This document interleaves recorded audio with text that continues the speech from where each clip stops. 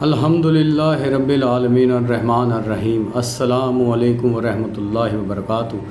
تصوف کے جوہری پہلو کے سلسلے میں آج کا واقعہ کرامات اولیاء، معاملات اولیاء۔ حضرت ابراہیم بن ادم رحمۃ اللہ کے ایک دوست نے آپ سے ملنا چھوڑ دیا، پھر چند روز کے بعد آپ سے ملنے آیا اور ایک شخص کی غیبت کرنے لگا۔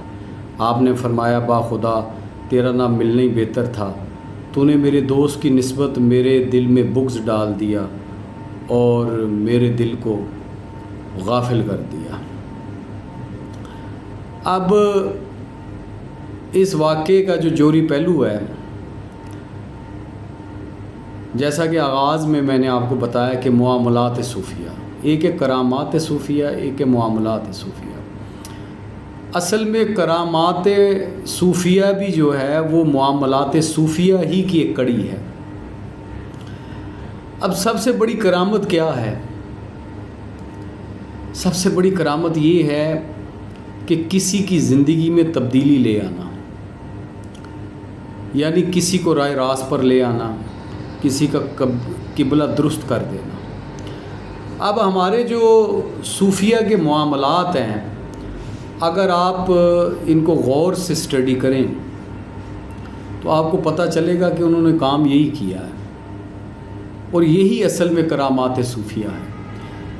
اب حضرت ابراہیم بن ادم رحمۃ اللہ کا ایک دوست تھا اور اس نے اچانک ملنا چھوڑ دیا۔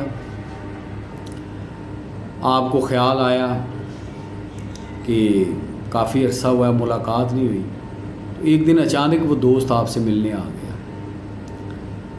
لیکن جیسے ہی وہ بیٹھے گفتگو شروع ہوئی تو آپ کے دوست نے اپنے کسی دوست کی جو ہے وہ غیبت کرنی شروع کر دی، برائی کرنی شروع کر دی حضرت ابراہیم بن ادم رحمۃ اللہ کے سامنے۔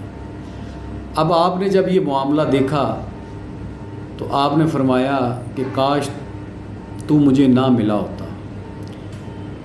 کیونکہ ایک تو تم نے غیبت کی، دوسرا مجھے بھی شمار کیا یعنی شامل کیا اس میں، تیسرا میرے دل میں بھی بغض ڈال دیا یعنی اس شخص کے لیے جس کی تم غیبت کر رہے ہو، اور چوتھا جو اس کا جوہری پہلو ہے کہ مجھے اللہ سے غافل کر دیا، اللہ سے غافل کر دیا۔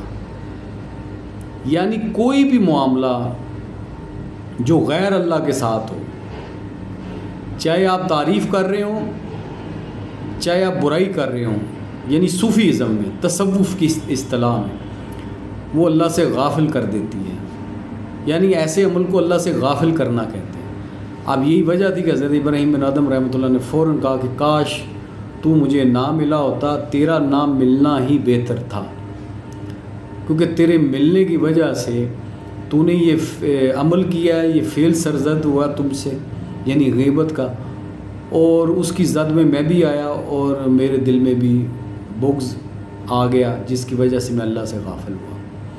یعنی صوفی جو ہوتا ہے وہ تو ایک سیکنڈ کے لیے برداشت نہیں کرتا کہ وہ اپنے اللہ سے غافل ہو جائے۔ یہ جو بابا ہوتا ہے، درویش ہوتا ہے، صوفی ہوتا ہے، آپ اللہ والا، ولی اللہ کہہ لیں، جو بھی کہہ لیں، ان کی زندگی کا جو طرے امتیاز ہے وہ یہ ہے کہ وہ ایک سیکنڈ کے لیے بھی اپنے اللہ سے غافل نہیں ہوتے، اور یہی ان کی تعلیم کا حاصل ہے اور یہی ان کے آنے کا مقصد ہے، اور اسی مقصد کو پیش نظر رکھنا چاہیے، اور یہی کرامات صوفیہ ہے اور یہی معاملات صوفیہ ہے۔ اللہ تعالیٰ ہمیں تمام اولیاء اللہ کا صحیح مقام اور مرتبہ سمجھنے کی توفیق عطا فرمائے، اور ہم سب کو مقام شرف عطا فرمائے، اور اللہ غیبت سے بچائے، آمین۔ شکریہ۔